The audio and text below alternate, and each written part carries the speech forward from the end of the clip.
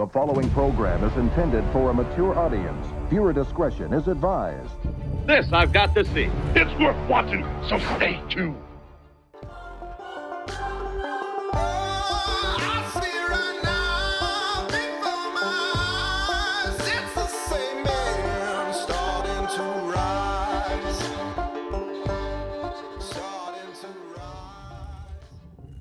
Welcome to the C-Note Show.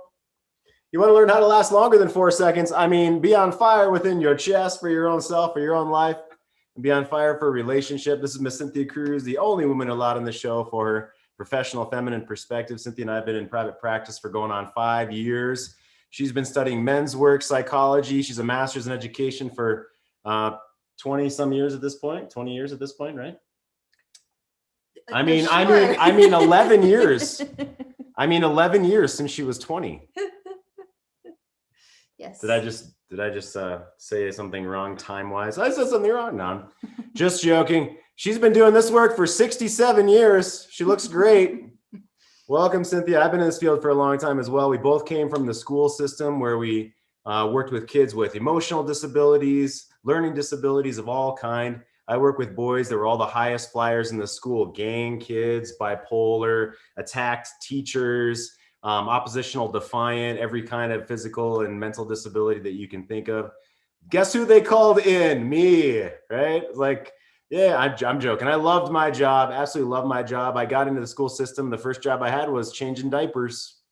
And prior to that, I was a businessman. I switched my whole career. In my 20s, I was a businessman all through my 20s. I ran restaurants, I was in mortgage, I was in banking, and left banking. And then my next job, aside from pick up stuff in the recession, was to change diapers in the school system. That's how I got my foot in the door. That's how important it was to me. And over a decade later now, we've been doing this for 5 years in private practice. Cynthia, thanks for being here. Appreciate it. Yeah.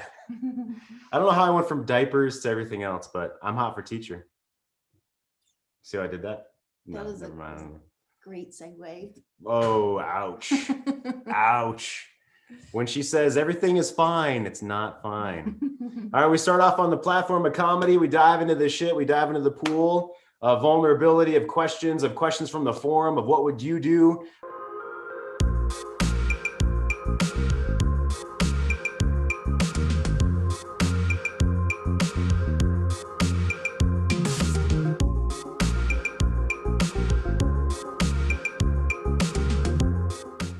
This was posted yesterday, and Steve Horstman in Good Guys to Great Men, which I'm affiliate of, as you guys know, and we all respect Steve, of course, posted an answer to this.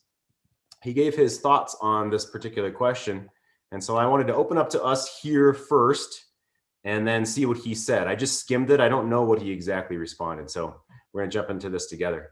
So the original poster says, how do we maintain our attraction to our wives while they're being the way they are being? Also, while we're working hard to change while not reacting to their behavior. Part of the reason we are with them is the attraction that's hard to find in the midst of the storm. Okay, so I want you to read between the lines and feel where this man is coming from, what he's experiencing right now. That's one thing I always highlight of. If you're talking to this man, or if this is you, where are you coming from? What do you want? What's your current emotional experience, your current emotional state? So he says, how do we maintain our attraction to our wives when they are being the way they are being? I'm assuming he's meaning some kind of negative, obviously. While we're working hard to not react to their behavior. Part of the reason we're with our woman is the attraction, which is hard to find in the midst of the storm. That's how this man presented this question. So let me go and pick on Bradbury just right away. I waited 20 seconds yesterday. That was painful. I mean, I guess I could practice more just sitting here with my hand over my mouth, but let me pick on Bradbury right away. So where do you feel this man is coming from? Go for it, please. Well, he's coming from a place where she has complete control over how he feels. And I don't know. So I've gotten to a point where I actually think that that could be reworded into I have a different form of attraction for her when she's acting like a little brat. I mean, she's being a woman. She's being a human. She is being beautiful in her own way. At that time, she's struggling. She's tense, and she's making you feel less than, right? So the attraction isn't from her. It's from you. So how do you feel in this moment? So how does she making you feel in this moment? And then the second question is, dude, why are you giving her that much power over you? I mean, just a simplistic answer, but that's kind of what I read when I felt when I first saw that. Yeah, absolutely. And yeah, but I mean, Jason, we're with them because of the attraction, right? So if there's no attraction, then why am I with her? Yeah. Again, I mean,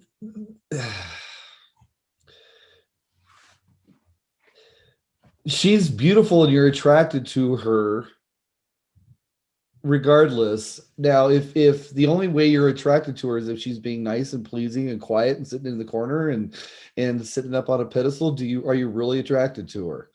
Or are you attracted to an idea of somebody that does not exist? Because guess what? Everybody has bad moments. Everybody has moments they're not gonna be at their most joyful, loving, gushy, loving, here, come here, I want to give you a blowjob self. They're gonna have times. And the thing is in relationship, if you can learn to love that craziness, that time in there, I mean, hell, you can be attracted to your wife all the time. You don't have to like what she's doing, but you can find her energy, her being, her expressing of herself as attractive. It is attractive. I mean, there's a reason why, wow, you are really pretty when you're mad. There's a reason why that saying is out there, right? And yeah, I love that. I feel like I'm writing an article here, but yeah. Yeah. Well, hey man, write it up, dude. I love that. That's fantastic.